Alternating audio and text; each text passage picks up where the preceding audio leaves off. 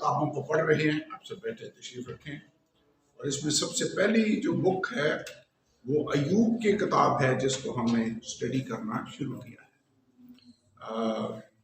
نظمیہ books کا مطلب ہے کہ اوریجنل لینگویج جو عبرانی زبان ہے اس میں یہ شعروں میں لکھی ہوئی کتابیں ہیں. سو پوئٹری یا نظمیہ شاعری میں یہ 5 کتابیں ہیں: ایوب، زبور، وائز، پھر غزل و غزلات اور امثال.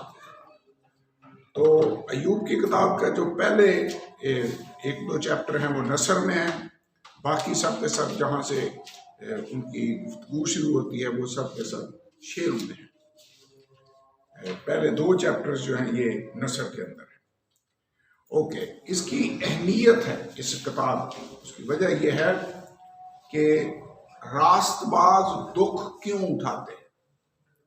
میرے خیال میں یہ بک ہر ایک کو اسٹڈی کرنی چاہیے. اس کی وجہ یہ ہے کہ دکھ بھی ہر آدمی پر آتے ہیں اور کئی دفعہ ہمیں سمجھ نہیں آتی کہ ہم ان دکھوں میں سے کیوں گزر رہے ہیں.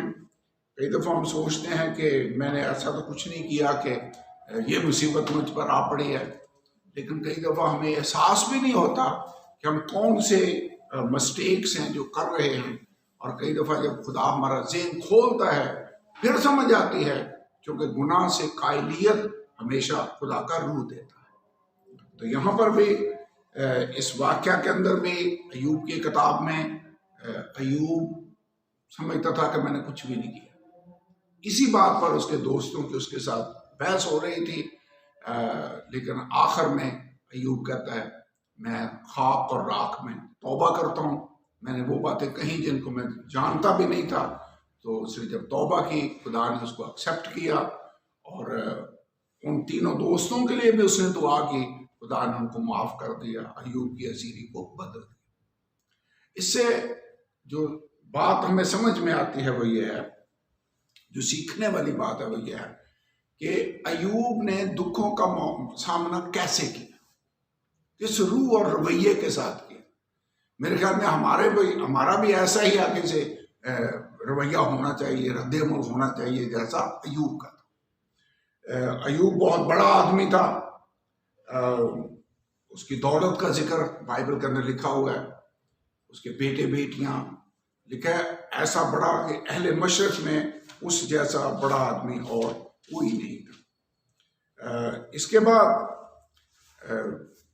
آپ کو یاد ہوگا میں نے بتایا تھا کہ 2 پیرلل سین چل رہے ہیں.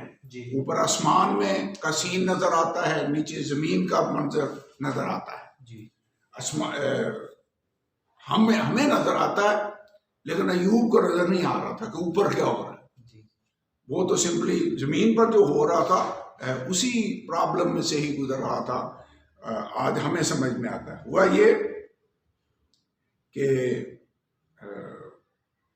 خدا کے بیٹے خدا کے حضور میں آئے اور ہم نے اس بات کو سمجھا، دیکھا کہ خدا کے بیٹے خدا کے فرشتوں کو کہا گیا، جو کہ ایوب کی کتاب میں لکھا بھی ہوا ہے. اگر آپ دیکھنا چاہیں تو ہم پڑھ سکتے ہیں یہ آیت کہ خدا کے بیٹے خوشی سے للکارتے تھے. ایوب کی کتاب 38واں باب یہاں پر خدا ہے جو سوال کر رہا ہے. ہم ابھی اس کو پڑھیں گے لیکن پہلی آیت سے. تب خداوند نے ایوب کو بگولے میں سے یوں جواب دیا، یہ کون ہے جو نادانی کی باتوں سے مصلحت پر پردہ ڈالتا ہے. یعنی خدا یعقوب کو کہہ رہا تھا، ایوب کو کہہ رہا تھا تو نادان ہے. مرد کے مانند اب اپنی کمر کس ہے کیونکہ میں تو اس سے سوال کرتا ہوں اور تو مجھے بتا. اور خداوند نے جو سوال کرنے شروع کیے وہ یہ تھے کہ خدا نے اپنی خالق کی حیثیت سے جو قوت اور قدرت ہے اس کو اس پر ظاہر کرنا شروع کیا کہ تو میرے ہاتھ کی بنائی ہوئی مخلوق ہے، میں اکیلا ہی آسمان اور زمین کا بنانے والا ہوں، یہ میری پاور ہے. لکھا تو کہاں تھا جب میں نے زمین کی بنیاد ڈالی، تو دانشمند ہے تو بتا. ویسے انسان جان سکتا ہے کہ یہ سب کچھ کیسے بنا، بندے کو تو پتہ ہی نہیں. آگے لکھا کیا تجھے معلوم ہے کس نے اس کی ناپ ٹھہرائی یا کس نے اس پر سوت کھینچا، کس چیز پر اس کی بنیاد ڈالی گئی، کس نے اس کے کونے کا پتھر بٹھایا. جب صبح کے ستارے مل کر گاتے تھے اور خدا کے سب بیٹے خوشی سے للکارتے تھے. ابھی کائنات بن رہی ہے لیکن یہاں پر صبح کے ستاروں کا ذکر ہے اور خدا کے سب بیٹوں کا ذکر ہے جو خوشی سے للکار رہے تھے، یعنی حمد و ثنا کر رہے تھے. اور ہم جانتے ہیں اس وقت آدم تو ابھی بنا نہیں ہے، یہ خدا کے فرشتے ہیں. تو خدا کے فرشتوں کو خدا کے بیٹے کہا گیا. یہ اس دن میں نے یہ حوالہ نہیں پڑھا تھا لیکن یہ بات انڈرسٹوڈ ہے کہ جو فرشتے ہیں وہ خدا کے بیٹے ہیں جہاں پر ان کو کہا گیا. اوکے، کیوں ہم پر آفتیں آتی ہیں؟ ہم کئی دفعہ ان کی وجوہات کو نہیں جانتے، لیکن خدا ہے. ویسے اس کو کہتے ہیں ساورینٹی آف گاڈ، یعنی یہ جاننا کہ خدا ہے، وہ سب کچھ کر سکتا ہے، مجھے سمجھ آئے یا نہ آئے. وہ میرے سامنے جواب دہ نہیں ہے، وہ قادر مطلق ہے، وہ مطلق العنان ہے. کیا کمہار مٹی پر اختیار نہیں رکھتا کہ جیسا سے چاہے برتن بنائے؟ بائبل کے اندر لکھا ہوا ہے. خدا ہم پر بھی اختیار رکھتا ہے. کیا وہ برتن کمہار سے کوشچن کر سکتا ہے کہ تو نے مجھے یہ بنایا، یہ کیوں نہیں بنایا؟ نہیں کر سکتا، ہم بھی نہیں کر سکتے. اس کتاب کے اندر جو بات سمجھ میں آتی ہے وہ یہی ہے کہ اس کے بعد ایوب کے دوستوں کی باتیں ہیں. مصنف اس کا کون ہے؟ یاد ہے؟ پتہ نہیں، یا ایوب ہے، ہو سکتا ہے ایوب ہے، لیکن اس کے مصنف کا ڈیفینیٹلی کسی کو بھی پتہ نہیں ہے. ہو سکتا ہے الیہو اس کا مصنف ہو. کچھ لوگوں کا خیال ہے کہ ایوب نے اس کتاب کو لکھا ہے. اس کے 5 حصے تھے جن کو ہم نے دیکھا. پہلا پورشن تھا جس میں شیطان ایوب پر حملہ کرتا ہے. دوسرا ہے ایوب اور اس کے دوستوں کی آپس کی ڈسکشن ہے. تیسرے نمبر پر الیہو کا پیغام ہے. چوتھے نمبر پر خدا نے جو جواب دیا ایوب کو، اور 5واں نمبر پر اس کا اینڈ ہے، اختتام ہے، نتیجہ ہے. سو ہم نے شیطان ایوب پر حملہ کرتا ہے، اس پر تھوڑا سا غور کیا. ہم نے یہ دیکھا کہ ایوب کی کہانی کتاب صرف کوئی قصے کہانی نہیں ہے، بلکہ خدا نے خود اس کا ریفرنس دیا. کہاں دیا؟ یاد ہے حزقیل کی کتاب میں اور یعقوب کے خط. خدا نے کہا اگر نوح اور دانیل اور ایوب بھی میرے سامنے ہو تو وہ راستہ بازی سے اپنی ہی جان بچا سکے، بیٹے یا بیٹی کو نہیں بچا پائے. سو خدا نے ایوب کا ذکر کیا، اور یعقوب بھی اس کا ذکر کرتا ہے کہ ایوب کے صبر کا حال تو تم نے سنا ہوگا. تو اس کا مطلب ہے یہ ڈیفینیٹ کریکٹر ہے جس کے بارے میں یہ سب کچھ لکھا گیا ہے. اوکے، ایک کوشچن تھا جس پر ہم نے غور کیا تھوڑا سا کہ کیا شیطان خدا کی حضوری تک رسائی پا سکتا ہے؟ جی ہاں، ہم نے کئی ایگزامپلس دیکھی. وہ اس کا رول ہے، وہ خدا کے حضور میں جاتا ہے اور بھائیوں پر الزام لگاتا ہے. That is his role. پھر ہم نے پہلے 22ویں باب میں ایک واقعہ پڑھا جس میں فرشتے حاضر ہیں اور خدا نے کہا کون ہماری طرف سے میری طرف سے جا کر اس کو بہکائے گا اخیاب کو. اور ایک روح کھڑی ہوئی اور اس نے کہا میں جھوٹ بولنے والی روح بن کر اس کے نبیوں میں جاؤں گی اور ان کو بہکاؤں گی. پھر زکریا 3 باب کی پہلی آیت، اس کو میرے خیال میں ہم نے نہیں پڑھا تھا، اس کو پڑھ لیں.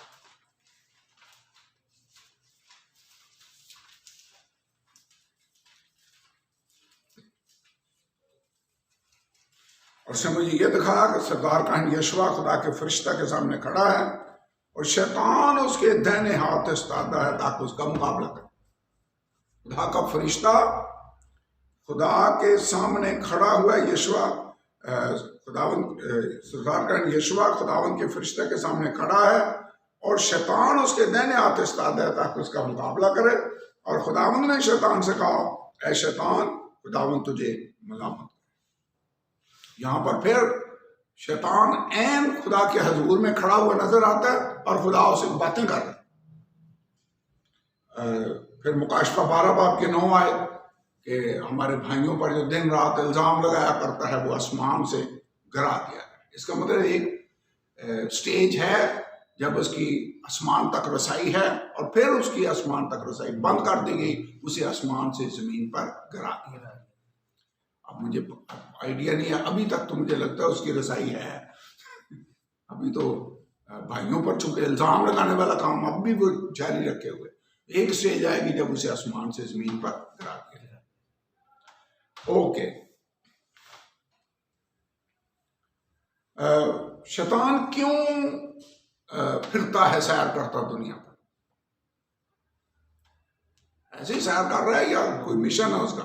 تاکہ ایمانداروں کو پھاڑ کھائے۔ پطرس کے خط میں اس کا ذکر ہے، کون سا حوالہ بیان کرتا ہے؟ شیطان ڈھونڈتا پھرتا ہے کہ کس کو گرجنے والی شیر ببر کی طرح۔ So that is good, that is good۔ ایک اور پوائنٹ جو اس واقعہ میں ہمیں نظر آتا ہے وہ یہ ہے کہ خدا کی پرمیشن کے ساتھ جو بھی ایمانداروں کے ساتھ ہوگا وہ ہوتا ہے، خدا کے نالج اور پرمیشن کے بغیر کچھ بھی نہیں ہو سکتا، اور شیطان اتنی حد تک جا سکتا ہے جتنی ڈوری اس کی خدا ڈھیلی کرتا ہے، اسے آگے نہیں جا سکتا۔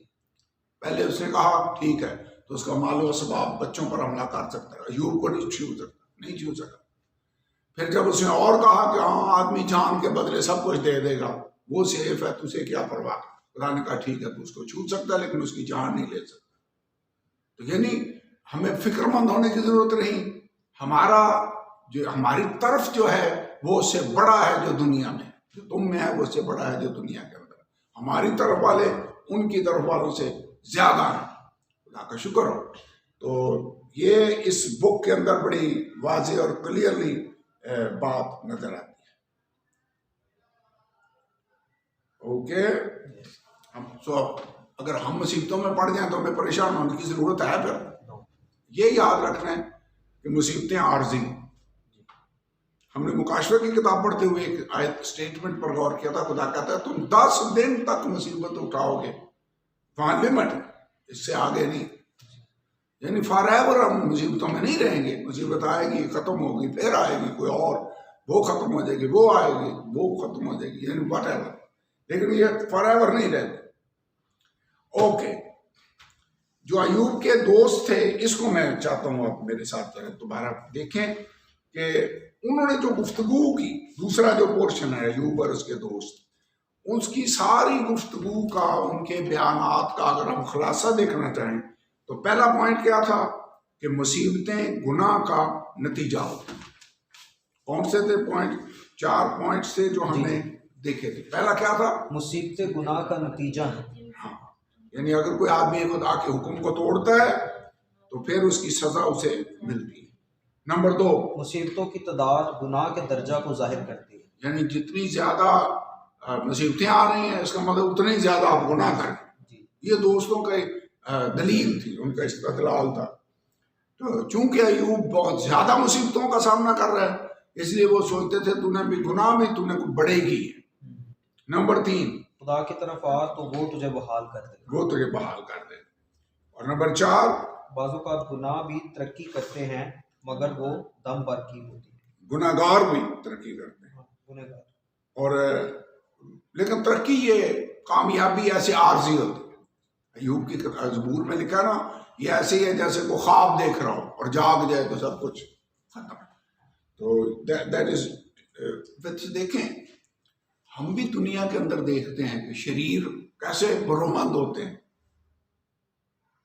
ترقی کرتے ہیں، لگتا ہے کہ وہ کام بھی سارے الٹے کرتے ہیں اور خوشحالی بھی آ رہی ہوتی ہے۔ ایماندار کئی دفعہ پریشان ہو جاتے ہیں، ہم تو راستے میں چلتے ہیں اور ہم پر مصیبتیں رہتی ہیں، یہ دیکھیں کیسی خوشی کے ساتھ رہ رہے ہیں، کسی چیز کی کمی نہیں ہے۔ لیکن جس بات کی ہمیں سمجھنے کی ضرورت ہے وہ یہ ہے کہ یہ سب چیزیں عارضی ہیں، ہمارے پاس جو چیز ہے وہ پرماننٹ ہے۔ تو یہ بڑی اہم بات ہے، اہم پوائنٹ ہے۔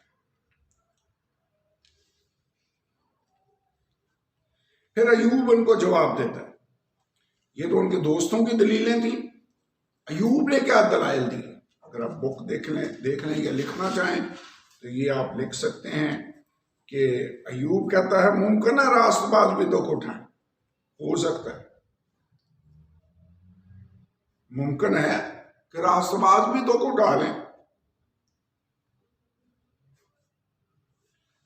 اور وہ کہتا ہے کہ مجھ پر جو گناہگار ہونے کا الزام لگایا جا رہا ہے وہ بے رحمی.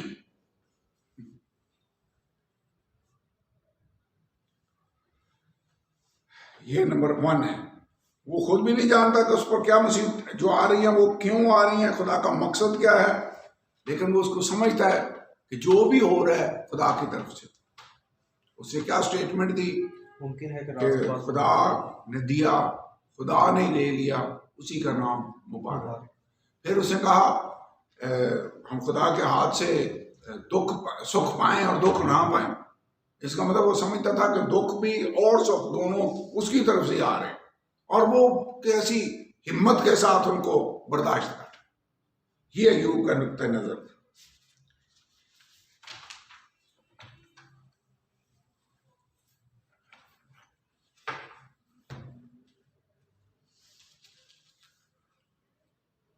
اس کے بعد جب خدا کلام کرتا ہے تو ایوب اپنے فضول دعووں پر جو رائے اس نے قائم کی ہے اسے واپس لے لیتا ہے، اور پھر ایکسیپٹ کرتا ہے کہ زیادہ تر گناہ گاروں پر مصیبت اور راست بازوں پر برکت خدا برساتا ہے.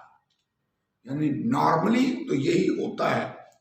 وہ ابھی بھی اس بات پر اصرار کرتا ہے کہ خدا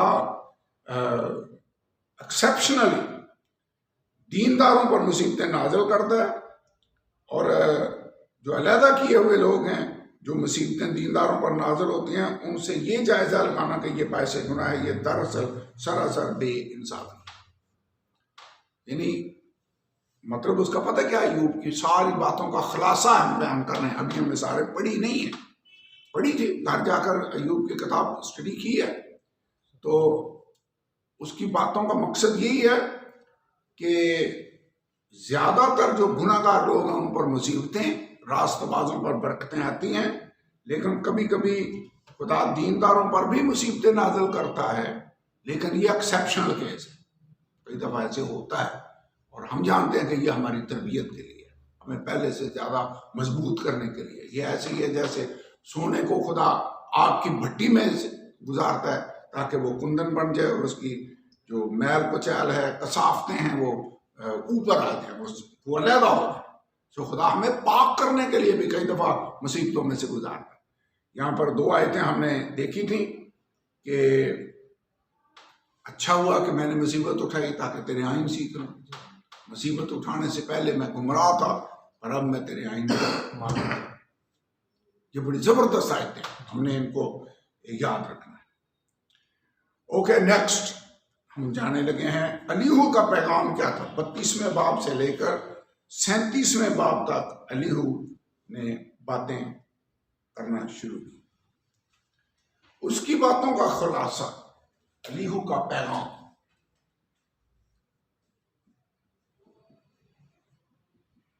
الیہو ان سب سے چھوٹا تھا عمر میں، اس لیے وہ چپ کر کے بیٹھا رہا، سنتا رہا. بعد میں پھر اس نے بولنا شروع کیا.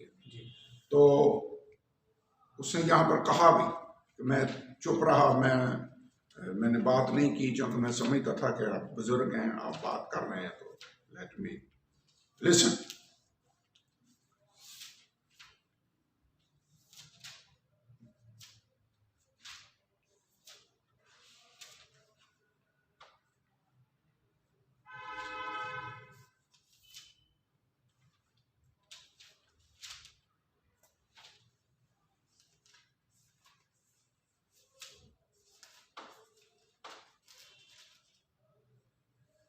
بتیسواں باب پڑھتے ہیں. آئیے اس کو پڑھ لیں، پھر میرا زیادہ کلیئر ہو جائے.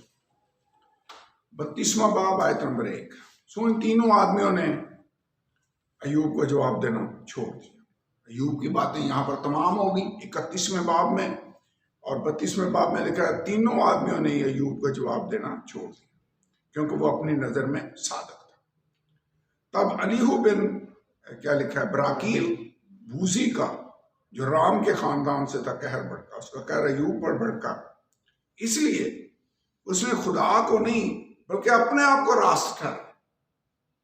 تو یہ اس کا نقطہ نظر. وہ کہتا ہے کہ تیری پرابلم یہ ہے کہ تو اپنے آپ کو راست باز بنا اور خدا کو نہیں کہہ رہا کہ وہ راست باز ہے. اور اس کے تینوں دوستوں پر بھی اس کا قہر بڑھتا اس لیے کہ انہیں جواب تو سوچا نہیں، تو بھی انہوں نے ایوب کو مجرم ٹھہرایا. اور ایوب سے بات کرنے سے اس لیے رکا رہا کہ وہ اس سے بڑے تھے. جب ایوب نے دیکھا کہ ان تینوں کے منہ میں جواب نہ رہا تو اس کا قہر بڑھ اٹھا. اور براکیم بوزی کا بیٹا ایوب کہنے لگا میں جوان ہوں اور تم بہت عمر رسیدہ ہو، اس لیے میں رکا رہا اور اپنی رائے دینے کی جرت نہ کی. میں نے کہا سال خوردہ لوگ بولیں اور عمر رسیدہ حکمت سکھائیں، لیکن انسان میں روح ہے اور قادر مطلق کا دم خرد بخشتا ہے. خرد کا مطلب ہے عقل بخشتا ہے. بڑے آدمی ہی عقل مند نہیں ہوتے، عمر رسیدہ ہی انصاف کو نہیں سمجھتے. ویسے کئی دفعہ لوگوں کی عمر کے سال زیادہ ہو جاتے ہیں، سیکھنے والا عمل رکا ہوتا ہے. عمر میں بڑے بھی ہو جاتے ہیں، عقل میں نہیں بڑے ہوتے. یہ والی بات ہے یہاں پر. وہ کہتا ہے عمر رسیدہ ہی بڑے آدمی عقل مند نہیں ہوتے، عمر رسیدہ انصاف کو نہیں سمجھتے. اس لیے میں کہتا ہوں میری سنو، میں بھی اپنی رائے دوں گا. دیکھو میں تمہاری باتوں کے لیے رکا رہا، جب تم الفاظ کی تلاش میں تھے میں تمہاری دلیلوں کا منتظر رہا، بلکہ میں تمہاری طرف توجہ کرتا رہا. دیکھو تم میں کوئی نہ تھا جو ایوب کو قائل کرتا یا اس کی باتوں کا جواب دیتا. خبردار یہ نہ کہنا کہ ہم نے حکمت کو پا لیا، خدا ہی اسے لاجواب کر سکتا ہے نہ کہ انسان. ویسے ایلیہو سمجھتا تھا کہ خدا ہی اس سے بات کرے گا تو یہ لاجواب ہوگا، بندہ نہیں اس کو کر سکتا، کیونکہ نہ اس نے مجھے اپنی باتوں کا نشانہ بنایا، نہ میں تمہاری سی تقریروں سے اسے جواب دوں گا. وہ حیران رہے، وہ حیران ہیں، اب جواب نہیں دیتے، ان کے پاس کہنے کو کوئی بات نہ رہی. اور کیا میں رکا ہوں اس لیے کہ وہ بولتے نہیں، اس لیے کہ وہ چپ چاپ کھڑے ہیں اور اب جواب نہیں دیتے. میں بھی اپنی بات کہوں گا، میں بھی اپنی رائے دوں گا، کیونکہ میں باتوں سے بھرا ہوں اور جو روح میرے اندر ہے وہ مجھے مجبور کرتی ہے. دیکھو میرا پیٹ بے نقاص شراب کے مانند ہے، وہ نئی مشکوں کی طرح پھٹنے کو ہے. لیکن مجھ سے کنٹرول نہیں ہو رہا کہ میں چپ رہوں. بیچارہ ضبط کر کے بیٹھا تو رہا، لیکن لگتا ہے کہ اب اس کے ضبط کے جو بندھن ہیں وہ ٹوٹ رہے. میں بولوں گا تاکہ مجھے تسکین ہو، میں اپنے لبوں کو کھولوں گا اور جواب دوں گا. نہ میں کسی آدمی کی طرفداری کروں گا، نہ کسی شخص کو خوشامد کے سے خطاب دوں گا، کیونکہ مجھے خوشامد کے خطاب دینا نہیں آتا، ورنہ میرا بنانے والا مجھے جلد اٹھا لیتا. تو بھی ایوب ذرا میری تقریر سن لے، میری باتوں پر دھیان لگا. اب 33ویں باب سے ایوب جو ہے ایوب کو مخاطب کرتا ہے. اوکے سارا پڑھ لیتے ہیں.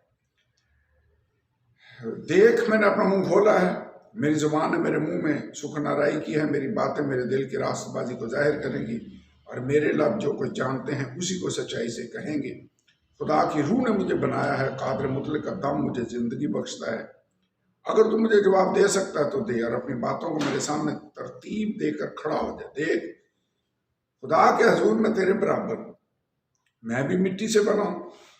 اس کا مطلب ہے کہ میں عمر میں چھوٹا ہوں، لیکن میں بھی تو تمہاری طرح انسان ہوں، یعنی میں بھی مٹی سے بنا ہوں. قادر مطلق کا دام ہی ہے جو مجھے زندگی بخشتا ہے.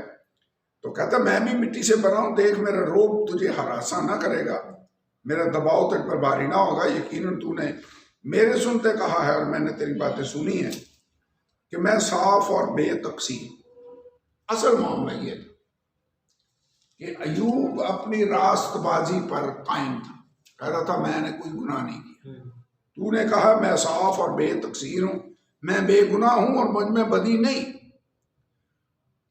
وہ میرے خلاف موقع ڈھونڈتا ہے، یعنی خدا کہہ رہا خدا میرے خلاف موقع ڈھونڈتا ہے. وہ مجھے اپنا دشمن سمجھتا ہے، میرے دونوں پاؤں کو کاٹ میں ٹھونک دیتا ہے. وہ میری سب راہوں کی نگرانی کرتا ہے، یعنی ایسے جیسے مجھے واچ کر رہا ہے کہ جو ہی یہ غلطی کرے اور میں اس کو سزا دوں.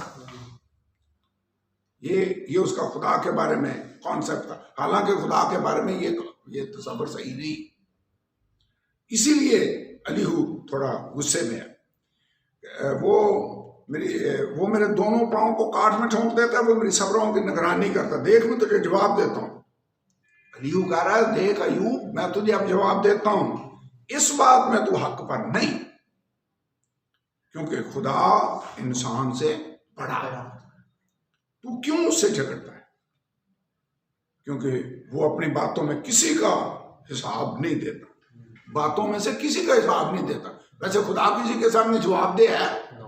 یہاں پہ علی وہ کہنا یہ چاہ رہا ہے کہ خدا مطلق العنان ہے، وہ کسی کے سامنے جواب دہ نہیں ہے، وہ جو کرے وہ کر سکتا ہے، وہ اختیار کل رکھتا ہے۔ تو یہ بات اگر یہاں پر آپ دیکھیں، الیہو کا پیغام بک نکال لیں تو یہاں پر لکھا ہے الیہو کے بیان کا خلاصہ درج ذیل میں ہے۔ نمبر 1، الیہو ایوب کو بتاتا ہے کہ اپنی راست بازی پر شیخی مارنا غلط ہے۔ 33واں باب 8 تا 13 آیت، یہاں وہ اس پر ظاہر کرنا چاہتا ہے کہ اس کے لیے اجر بھی باقی ہے، خداوند انسانوں کا قرض دار نہیں۔ 35ویں باب کی 7ویں آیت، شاید ایوب کو خدا سے کوئی اب شکایت نہ ہو، کیونکہ خدا کی نظر میں تمام انسان گنہگار ہیں۔ 35واں باب اور 7ویں آیت دیکھ پڑھیں کیا لکھا ہے یہاں پر۔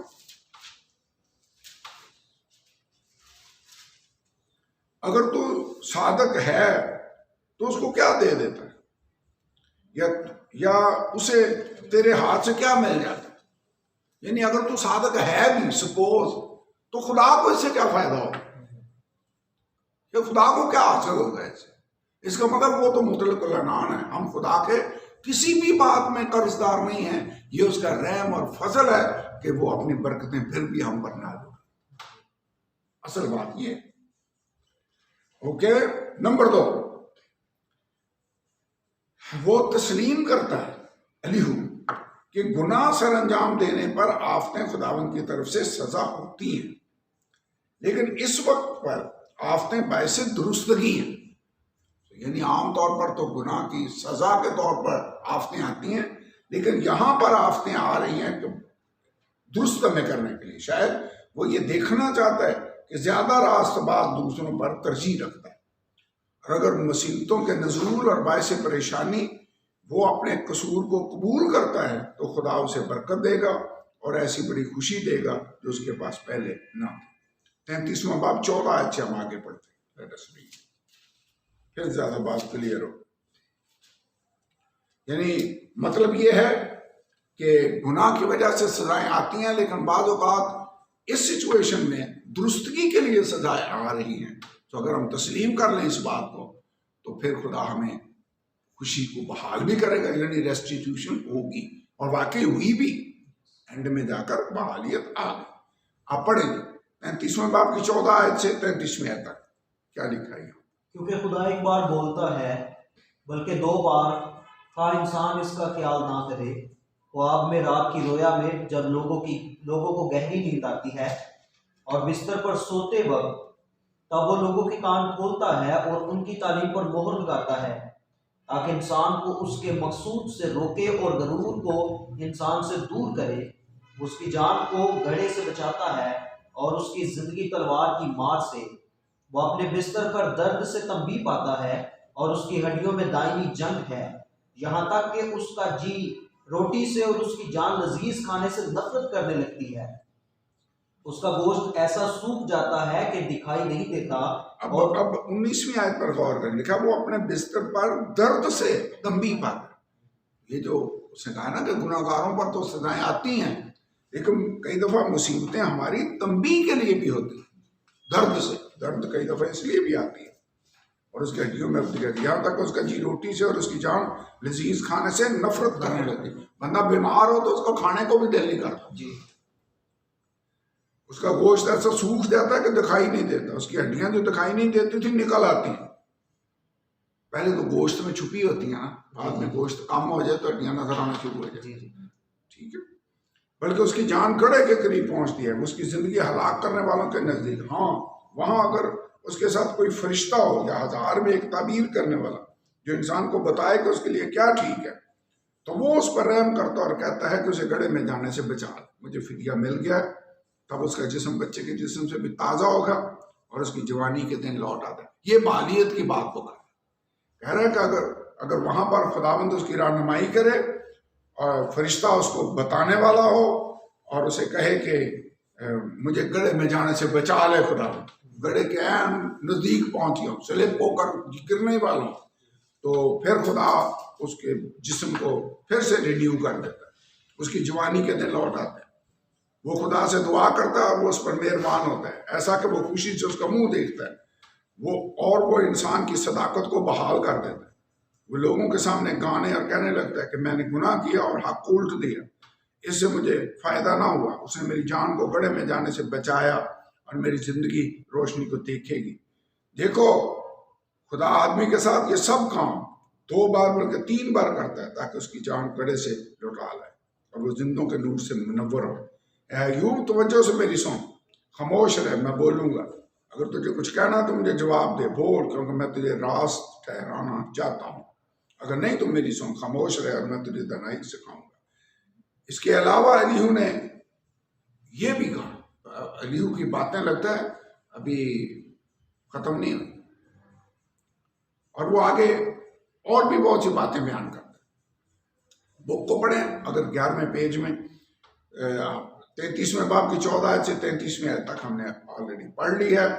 خدا اپنے آپ کو حلیم اور فروتن ظاہر کرنے کی بجائے ایوب کو ثبوت دیتا ہے کہ وہ جب چاہے جسے چاہے آزما سکتا ہے۔ ایوب کے سامنے تخلیقی کمال اور اپنا جاہ و جلال ظاہر، اسے بتاتا کہ میں ہی سب چیزوں کا بنانے والا ہوں۔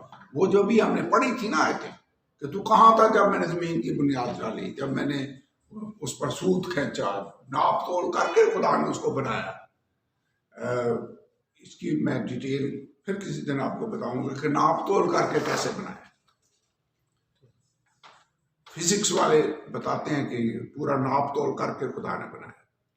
خدا ایوب سے یہوہ ایوب کو جواب دیتا ہے۔ اب 38ویں باب سے خدا نے بولنا شروع کیا، پہلے تو الیہو بول رہا تھا 38ویں باب تک، تو پھر 38ویں باب سے خدا نے کلام کرنا شروع کیا اور اس کا کلام 42ویں باب تک جاری رہا۔ خدا کی جو باتیں، خدا کا جو کلام ہے، ہم نے کہاں تک پڑھا ہے؟ 7ویں آیت تک پڑھا تھا۔ 8ویں آیت سے پڑھتے ہیں، 38واں باب آیت نمبر 8۔ کس نے سمندر کو دروازوں سے بند کیا جب وہ ایسا پھوٹ نکلا گویا رحم سے، جب میں نے بادل کو اس کا لباس۔ اب یہ سمندر جو ہے نا، پتہ نہیں آپ کو کراچی جانے کا اتفاق ہوا ہے یا نہیں ہوا، اسپیشلی جہاں سمندر زیادہ معجزن ہو، تو لہریں اتنی تیز آ رہی ہوتی ہیں کہ بندہ کہتا ہے کہ پتہ نہیں اب یہ پورا شہر ہی نہ وہ کر جائیں۔ کئی دفعہ جب طوفان آتے ہیں تو 20-20 فٹ لہریں بھی اٹھتی ہیں، بڑی اونچی لہریں آتی ہیں، لیکن جب جو ہی وہ کنارے تک پہنچتے ہیں وہ ختم ہو جاتے ہیں، ان کا یعنی وہ والا سپیڈ اور وہ جوش اور جذبہ اس گمان۔ تو یہ وہ بات ہے جس کو خدا کہہ رہا ہے کہ کس نے سمندر کو دروازوں سے بند کیا؟ Who did it؟ ایوب تو نے کیا ہوگا، لیکن تو میری حکمت اور اپنی حکمت کا موازنہ کر کے دے۔ جب میں نے بادل کو اس کا لباس بنایا اور گہری تاریکی کو اس کا لپیٹنے کا کپڑا اور اس کے لیے حد ٹھہرائی اور بینڈے اور کواڑ لگائے اور کہاں یہاں تک تو آنا پر آگے نہیں۔ سمندر کو خدا کہہ رہا میں نے اس کے لیے بادل ڈریس بنایا، تاریکی میں رہا، کیونکہ سمندر کے اوپر تاریکی ہی تاریکی ہے، تو کہتا میں نے اس کے آگے حد ٹھہرا دی کہ یہاں تک آنا ہے۔ 11 آیت پڑھیں، کیا لکھا ہے؟ اور یہاں تک آنا، یہاں تک تو آنا پر آگے نہیں، اور یہاں تیری بپھرتی ہوئی موجیں رک جائیں گی۔ عجیب سسٹم ہے جو خدا نے بنایا ہوا۔ کیا تو نے اپنی عمر میں کبھی صبح پر حکمرانی کی؟ کیا تو نے فجر کو اس کی جگہ بتائی تاکہ وہ زمین کے کناروں پر قبضہ کرے اور شریر لوگ اس میں سے جھاڑ دیے جائیں اور ایسے بدل دیے جیسے مہر کے نیچے چکنی مٹی، اور تمام چیزیں کپڑے کی طرح نمایاں ہو جاتی ہیں اور شریروں سے ان کی روشنی روک لی جاتی ہے اور بلند بازو توڑا جاتا ہے۔ اس کا مطلب شریروں پر کئی دفعہ مصیبتیں ان کے گناہوں کی وجہ سے آتی ہیں، شریروں پر سے روشنی روک لی جاتی ہے، بلند بازو توڑا جاتا ہے۔ کیا تو سمندر کے سوتوں میں داخل ہوا ہے یا گہراؤ کی اتھاہ میں چلا ہے؟ کیا موت کے پھاٹک تجھ پر ظاہر کر دیے گئے ہیں؟ کیا تو نے موت کے سایہ کے پھاٹکوں کو دیکھ لیا؟ کیا تو نے زمین کی چوڑائی کو سمجھ لیا؟ کیا تو یہ سب جانتا ہے تو بتا، نور کے مسکن کا رستہ کہاں ہے؟ رہی تاریکی سے اس کا مقام کہاں ہے؟ یعنی نور کدھر سے آتا ہے، تاریکی کدھر سے آتے ہیں؟ یہ سب تو میں نے بنایا۔ خدا ہی تھا نا جس نے کہا روشنی ہو جا، روشنی بن گئی۔ حالانکہ یہ بہت بڑی بات ہے، تاریکی اور روشنی کو اگر سائنسدان سمجھنے کی کوشش کر رہے ہیں بڑی دیر سے، ابھی بھی ان کو ساری باتیں نہیں سمجھ میں آئیں. اوکے، اس کا مکان کا تاکہ تو اسے اس کے حد تک پہنچا دے اور اس کے مکان کی راہوں کو پہچانے. بے شک تو جانتا ہوگا کیونکہ تو اس وقت پیدا ہوا. یہ ایسے جیسے خدا کہہ رہا ہے کہ ہاں تجھے تو پتہ ہی ہوگا، تو اس وقت تھا. تیرے دنوں کا شمار بڑا ہے، تو یعنی بڑی عمر والا ہے. تو اس وقت تھا جب میں نے یہ ساری چیزیں بنائی، تجھے تو پتہ ہی ہوگا. کیا تو برف کے مخزنوں میں داخل ہوا ہے؟ یہ ادھر اوپر شمال کی طرف چلے جائیں تو وہاں برف ہی برف ہے. انٹارکٹا اور یہاں پر اوپر جائیں تو سمجھ ہی نہیں آتی، برف ہی برف ہر طرف نظر آ رہی. کہہ رہا تھا وہ برف کے مخزنوں میں داخل ہوا یا اولوں کے مخزنوں کو تو نے دیکھا جن کو میں نے تکلیف کے وقت کے لیے لڑائی اور جنگ کے دن کی خاطر رکھ چھوڑا. روشنی کس طرح سے تقسیم ہوتی ہے. آپ کو پتہ روشنی تقسیم بھی ہوتی ہے، سائنس پڑھی ہے نا. وہ پرزم میں لائٹ جب گزرتی ہے تو وہ 7 رنگوں میں تبدیل ہو جاتی ہے. یہ جو قوس قزح بنتی ہے یہ ایسی ہی ہے نا.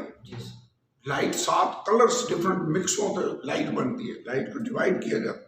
تو یہاں پر لکھا ہے روشنی کس طرح سے تقسیم ہوتی ہے. یا مشرق کی ہوا زمین پر پھیلائی جاتی ہے. سیلاب کے لیے کس نے نالی کاٹی، یا رات کے بجلی کے لیے رستہ. تو سیلاب کے لیے رستے کون بناتا ہے؟ سمندر. نالیاں کون بناتا ہے؟ خدا کہہ رہا ہے میں ہی بناتا ہوں سارا کچھ. پانی اپنے زور سے یہ سارا کچھ کرتا ہے خدا. یہ قدرتی نظام ہے تاکہ اسے غیر آباد زمین پر برسائے اور بیابان میں جس میں انسان نہیں بستا، تاکہ اجڑی اور سونی زمین کو سیراب کرے اور نرم گھاس ہو گئے. کیا بارش کا کوئی باپ ہے؟ یہ شبنم کے قطرے کس سے تولد ہوئے؟ یخ کس کے بطن سے نکلا؟ آسمان کے سفید پالے کو کس نے پیدا کیا؟ پانی پتھر سے ہو جاتا ہے، گہراؤں کی سطح جم جاتی ہے.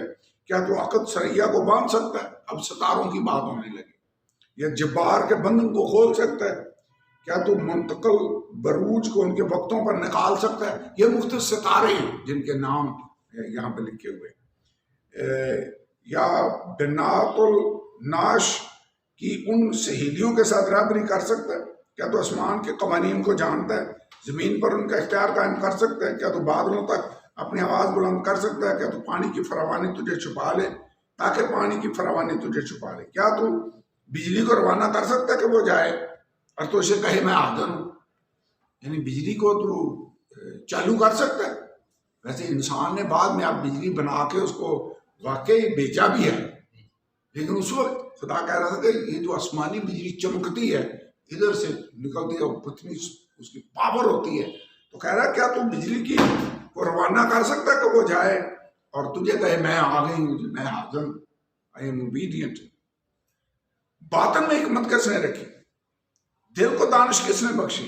بادلوں کو حکمت سے کون گن سکتا ہے، یا کون آسمان کی مشقوں کو انڈیل سکتا ہے؟ جب گرد مل کر طوطا بن جاتی ہے، ڈھیلے باہم سٹ جاتے ہیں، کیا تو شیرنی کے لیے شکار مار دے گا یا ببر کے بچوں کو آسودہ کر دے گا؟ جب وہ اپنے ماندوں میں بیٹھے اور گھات لگائے آڑ میں دکھ کیوں؟ پہاڑی کوے کے لیے کون خوراک مہیا کرتا ہے جب اس کے بچے خدا سے فریاد کرتے ہیں اور خوراک نہ ملنے سے اڑتے پھرتے ہیں؟ کیا تو جانتا ہے پہاڑ کی جنگلی بکریاں کب بچے دیتی ہیں، اور جب ہرنیاں بباتی ہیں تو کیا تو دیکھ سکتا ہے؟ کیا وہ تو ان کے مہینوں کو جنہیں وہ پورا کر دیں گن سکتا ہے؟ کیا تجھے معلوم ہے جب وہ بچے جنتی ہیں وہ جھک جاتی ہیں، وہ اپنے بچے دیتی ہیں اور اپنے درد سے رہائی پاتی ہیں. ان کے بچے موٹے تازے ہوتے ہیں اور کھلے میدان میں بڑھتے ہیں، وہ نکل جاتے ہیں اور پھر نہیں لوٹتے. گورخر کو کس نے آزاد کیا؟ اب یہ مختلف جانداروں کا ذکر کرتا ہے اور مگرمچھ کا ذکر یہاں پر ہے، یہاں پر سمندری جانداروں کا ذکر ہے، ہپو کا ذکر ہے، یہ ہیپاٹائٹس ہوتا ہے وہ بہت بڑا جو دریائی گھوڑا جس کو کہتے ہیں، اس کا یہاں پر ذکر ہے. بہت سارے جانوروں کا خدا نے ذکر کیا. اوکے، یہاں پر اگر آپ دیکھیں تو 5ویں آیت گورخر کا ذکر ہے 5ویں آیت میں. اس کے بعد 9ویں آیت جنگلی سانڈ کا یہاں پر ذکر ہے. جنگلی سانڈ دیکھیں، یہ کبھی ٹی وی پر دیکھیں، وہ جو پھرتے ہیں جنگلوں میں، بڑی پاور ہوتی ہے. کیا وہ تیرے پیچھے پیچھے وادیوں میں ہینگا پھیرے گا؟ کیا تو اس کی بڑی طاقت کے سبب سے اس پر بھروسہ کرے گا؟ اس کے بعد 13 آیت، شتر مرغ کے بازو اسودہ ہیں. اب شتر مرغ یہ بھی بہت بڑا جانور ہوتا ہے، کیونکہ وہ تو اپنے انڈے زمین پر چھوڑ دیتی ہے اور ریت سے ان کو گرمی پہنچاتی ہے اور بھول جاتی ہے کہ وہ پاؤں سے کچھ لے جائیں. اس کے بعد خدا نے اسے عقل سے محروم رکھا ہے. اس کے بعد 19ویں آیت، کیا گھوڑے کو اس کا زور تو نے دیا ہے؟ خدا گھوڑے کی اگزامپل استعمال کر رہا ہے. یعنی پہلے اس نے کائنات کی مختلف چیزوں کا، سورج چاند ستاروں کا ذکر کیا، بادلوں کا، سمندر کا، پہاڑوں کا، بارش کا، اور اب وہ مختلف جانوروں کا ذکر کر رہے ہیں جسے اس نے بنایا ہے. گھوڑے کا اس نے ذکر کیا. اس کے بعد یہ اس کی کافی صفتیں خدا نے یہاں پر بیان کی. 26ویں آیت اگر آپ دیکھیں، یہاں پر باز کی بات ہے، عقاب. جب ہم نے عقاب کی راہ پڑھا تھا تو یہ والا حوالہ ہم نے اس وقت غور کیا تھا کہ عقاب کیسے چٹانوں پر بسیرا کرتا ہے، بلندیوں پر اپنا گھونسلہ بناتا ہے. وٹ ہے سو یہ ساری باتیں خداوند اس کو کر رہا ہے. 6 آیت میں دیکھیں، 40واں باب اور 6 آیت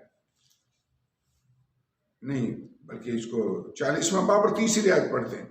تب ایوب نے خداوند کو جواب دیا، دیکھ میں ناچیز ہوں، میں تجھے کیا جواب دوں؟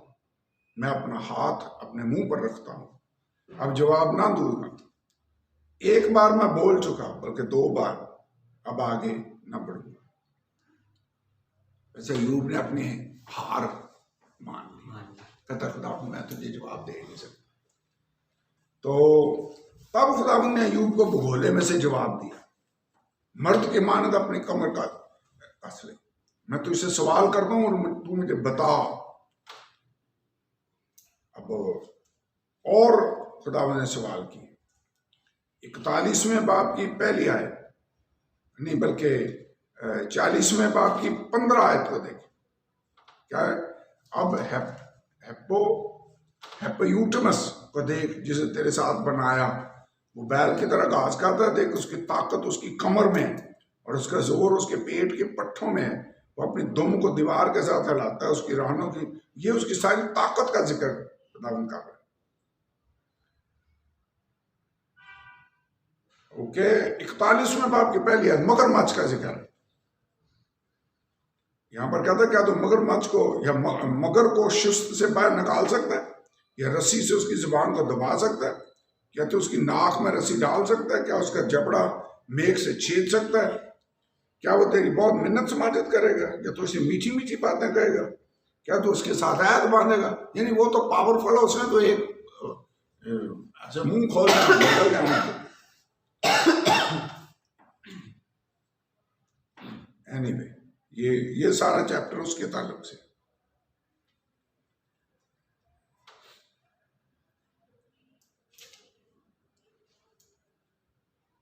اور بھی یہاں پر کئی ایک جانوروں کا ذکر اس نے، سمندر کی مخلوقات کا ذکر کیا ہے.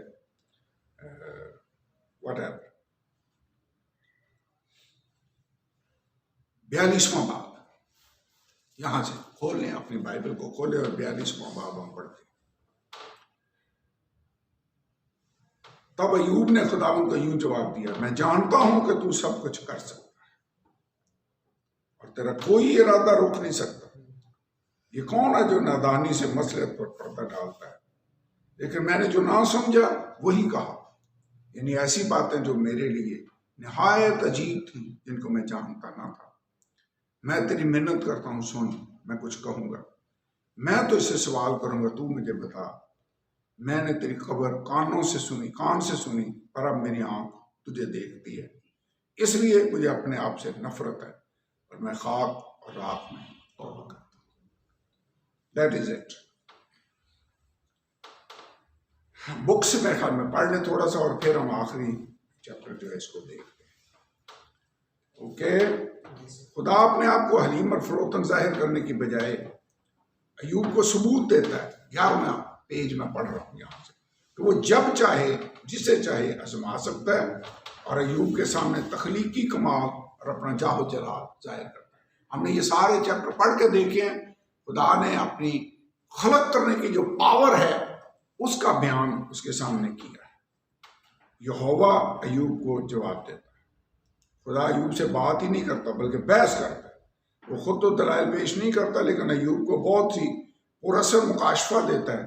جو خطائیں ایوب نے کی ہیں ان کی وجہ سے خدا اسے چیلنج کرتا ہے اور معذرت کی دعوت دیتا ہے. خدا سب سے پہلے خداوند قادر مطلق کو سوال و جواب کے لیے بلانے کی غلطی پر اسے چیلنج کرتا ہے. خداوند کی عدالت زمین کی پیمائش نامور اور ہمیشہ سے سب چیزوں کے تخلیق کار کی بحث ایک انسان سے ہوتی ہے. تو اختیار کے انداز کو دیکھ کر ایوب شرمندہ ہوتا ہے. 38واں اور 39واں باب. خدا براہ راست اور شخصی طور پر سب چیزوں اور ان کے آغاز پر ہی ایوب کی خصوصیات کو چیلنج کرتا ہے. کہتا نہیں کہ مجھے بتا، تو وہاں پر تھا تو مجھے بتا یہ سارا کیسے ہوا. کہ انصاف کر کے کیا تو اس سے واقف ہے؟ ایوب خاموش رہتا ہے. ایوب کی یہ خاموشی اس شخص کی مانند ہے جسے اس کی سوچ سمجھ سے زیادہ حقیقی علم کی تشریح دی گئی. اس کے بعد خدا ایوب کی سمجھ کے مطابق اپنی خصوصیات ظاہر کرتا ہے. یعنی دنیا کے ڈراؤنے اور عجیب الخلقت جانداروں پر بہتر طریقے سے سلطنت کرتا ہے. یعنی ہیپومت، لوپاتان، ہیپیوس اور نیل کے مگر جو خدا کی تخلیق کی خاصیت کا جیتا جاگتا بیان ہے. بہیموت اس کا بھی ذکر ہے بائبل کے. اور بڑی بڑی پریشانیاں جو باپ کی جانب سے راست بازوں پر گرجنے والے ببر کی طرح آتی ہیں ان پر سلطنت اور ان کی خیر خواہی خداوند ہی کرتا ہے. خدا کی یہ باتیں ایوب کی خاموشی کو توڑ دیتی ہیں اور وہ آپ اپنی تذلیل کرتا ہے اور خداوند کی پرستش کرتا ہے. بلا شبہ وہ تسلیم کرتا ہے اچھائی اور حکمت خداوند کے متعلق اس سے نے کیا سیکھا ہے اور اس کے لیے در حقیقت بابرکت ہے. ایوب مطمئن ہو جاتا ہے اور اپنے دل میں شادماں ہوتا ہے. ایوب تقدیر ازل کے تحت تمام دلائل پیش کر کے خیالات ترک کر دیتا ہے کہ خداوند ہمیشہ سے. یہاں پر خلاصہ جو کچھ خدا نے کہا وہ یہ ہے کہ میں قادر مطلق خدا ہوں اور کسی کے سامنے جواب دہ نہیں ہوں، اور تجھ میں اتنی حکمت نہیں ہے کہ جو کچھ میں کرتا ہوں تو اس کو سمجھ سکے یا اس نظام کو چلا سکے، اور واقعی نہیں چلا سکے. یعنی خلاصہ یہ ہے کہ خدا ہے، خدا قادر مطلق خدا ہے.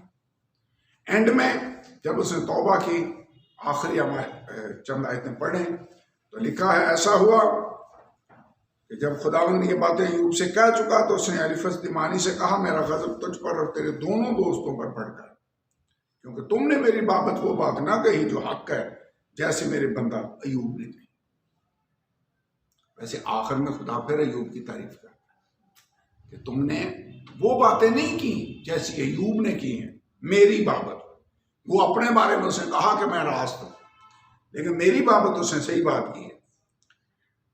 بس اب اپنے لیے 7 بیل 7 مینڈے لے کر میرے بندہ ایوب کے پاس جاؤ اور اپنے لیے سوختری قربانی گزراؤ، اور میرا بندہ ایوب تمہارے لیے دعا کرے گا کیونکہ اسے تو میں قبول کروں گا تاکہ تمہاری جہالت کے مطابق تمہارے ساتھ سلوک نہ کروں، کیونکہ تم نے میری بابت وہ بات نہ کہی جو حق ہے جیسے میرے بندہ ایوب نے.